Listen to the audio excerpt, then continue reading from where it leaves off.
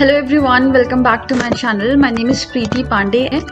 As मैंने already mention किया था अपने पुरानी वीडियोस में कि आप लोगों के लिए मैं केस स्टडी लेके आऊँगी हर दिन। जो ये केस स्टडी है वो कम्प्लीटली हमारी पॉवर्टी पे बेस्ड है। जैसे कि आप सभी लोग जानते हो कि कोरोना की वजह से बहुत सारे लोग हमारे अनएम्प्लॉयड हो चुके हैं। तो किस तरीके से अनएम्प्लॉयमेंट ने पॉवर्टी को इंक्रीज़ किया है और किस वजह से कोविड-19 ने poverty as a section, as an Indian economy का पार्ट हमारा इफेक्ट करा है। तो यहाँ पर हम लोग एक बार इसका पैराग्राफ डिस्कस करेंगे। उसके बाद मैंने यहाँ पर इससे रिलेटेड कुछ क्वेश्चंस मेंशन करे हुए हैं, फिर हम इसके आंसर डिस्कस करेंगे। यहाँ पर मेंशन है, the pandemic is undoing decades of progress for a country that in fits and starts has brought hundreds of millions of people out of poverty. Already deep structural problems and the sometimes impetuous nature of many of government's policies had been hindering growth. A shrinking middle class would deal lasting damage. यहाँ पर एक हम लोगों को statement mentioned है that India is not even discussing poverty और inequality और lack of employment और fall in incomes and consumption. तो यहाँ पर हम लोगों को पूरा पैराग्राफ मेंशन करा हुआ है, जिस पैराग्राफ में ये चीज बताई है कि जो हमारा पेंडेमिक चल रहा है, जो हमारा पेंडेमिक आया है कोरोना वायरस, इसके वजह से डिकेड्स तक 10 सालों से 20 सालों से जो इतने टाइम से हमारी कंट्री ने प्रोग्रेस किया हुआ है, वो सारी की सारी प्रोग्रेस है ना ऑलमोस्ट बेकार जा रही है। क्योंकि इतना हमने प्रोग्रेस किया था, एक तरीके से हम लोग अब और ज़्यादा बॉटम लेवल पे आते जा रहे हैं और हम लोग पॉवर्टी में जा रहे हैं। तो यहाँ पर बेसिकली जो स्टेटमेंट है वो चीज़ किस पे फोकस करना है हमें, कि that India is not even discussing poverty और इनइक्वालिटी और लैक ऑफ एम्प्लॉयमेंट और फॉल। यहाँ पर जो बेसिकली डिस्कशन ही नहीं हो रहा है, यहाँ पर मैं बात कर रही हूँ कि जो इंडिया है, इंडिया में पॉवर्टी के बारे में बात ही नहीं हो रही है। तो उससे रिलेटेड हमने यहाँ केस स्टडी बना रखी है। पहला क्वेश्चन जो बोलता है वो है कि हाउ डज कोविड-19 impacts poverty level to rise. कोविड-19 ने कैसे पॉवर्टी लेवल को इंक्रीज किया है। तो आप सभी लोग जानते हो कि कोरोना की वजह से लोगों को घर पे बैठना पड़ा, लोगों को घर पे बैठना पड़ा एज इन कि लॉकडाउन लग गया था। लोगों ने इतनी ज़्यादा डिमांड नहीं करी, ना प्रोडक्शन यूनिट्स वगैरह कुछ प्रोड्यूस कर पा रही थी। तो उन लोगों ने अपना खर्चा, जो उनकी कॉस्ट थी, लेबर कॉस्ट, ये सारी कॉस्ट को बचाने के लिए they asked people not to work. ठीक है, वो जब बोल रहे थे कि प्रोडक्शन अभी नहीं होगा, इसका मतलब उन्होंने जितने भी हमारे माइग्रेंट लेबर्स वगैरह थे उन सबको मजबूर कर दिया कि वो लोग घर चले जाएं, क्योंकि अभी प्रोडक्शन हो नहीं रहा था। और जब प्रोडक्शन नहीं हो रहा है, इसका मतलब क्यों प्रोड्यूसिंग यूनिट, जितनी भी मैन्युफैक्चरिंग यूनिट्स है, वो अपने लेबर्स को, ह्यूमन रिसोर्सेज को पैसा देगी। तो उन्होंने पैसा देना बंद किया।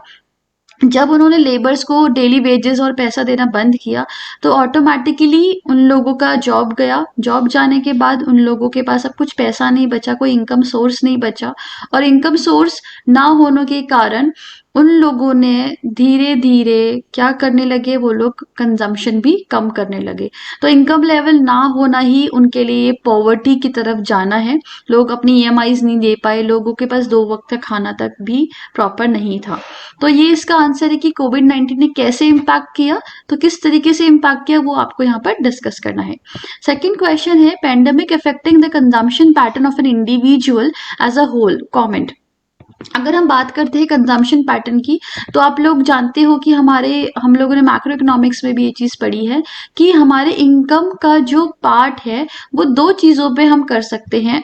पहला चीज़ क्या है, हम लोग उसको या तो कंज्यूम करेंगे या हम लोग सेविंग करेंगे। लेकिन अगर हमारी इनकम ही सिर्फ 50 हो गई है, 100 से 50 हो गई है, तो हम कोशिश करेंगे कि हम लोग ज़्यादा से ज़्यादा कंजम्पशन करें, या फिर जितना नेसेसिटी है सिर्फ उतना ही कंजम्पशन करें।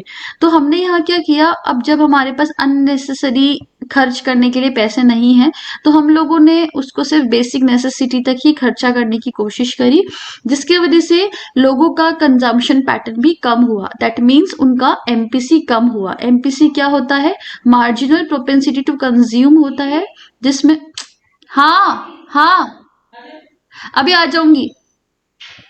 तो हमारा एमपीसी क्या होता है? एमपीसी होता है मार्जिनल प्रोपेंसिटी टू कंज्यूम, जिसमें हम बात करते हैं इनकम लेवल की वजह से, इनकम के चेंज होने की वजह से कंजम्पशन में क्या क्या चेंजेस आ रहे हैं।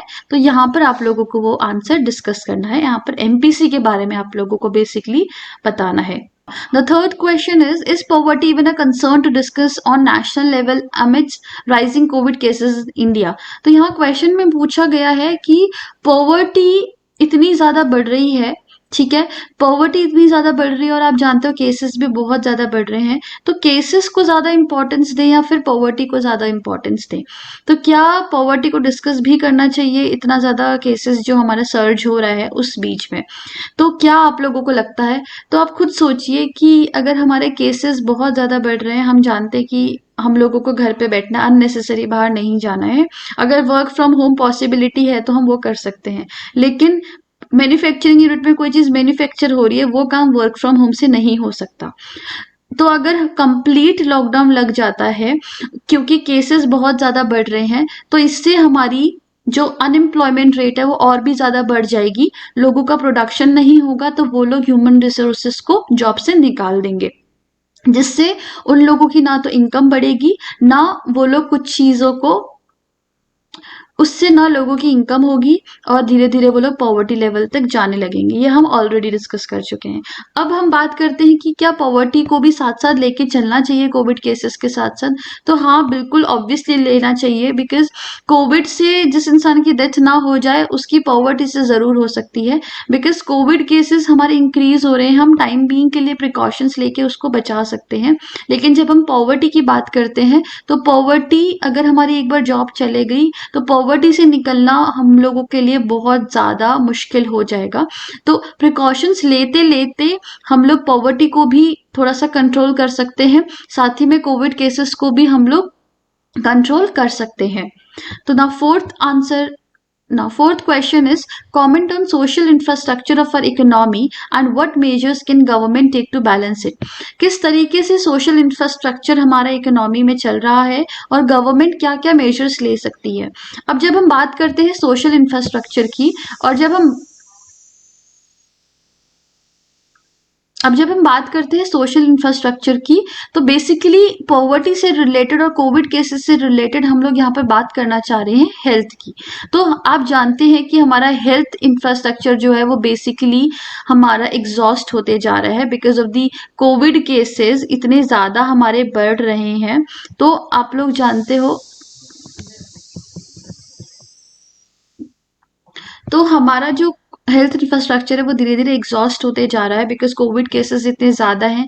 There are instances where people are not even getting beds तक कि वो एडमिट हो पाए, उनको बहुत प्रॉब्लम हो रही है।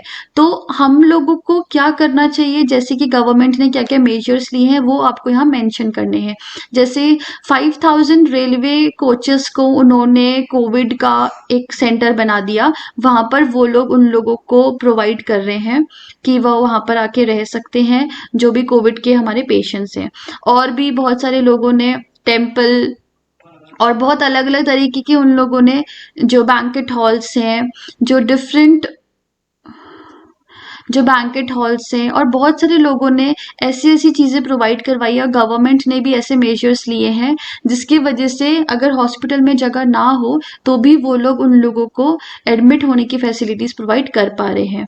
तो ये कुछ मेजर्स आप लोगों को यहाँ पर बताने हैं।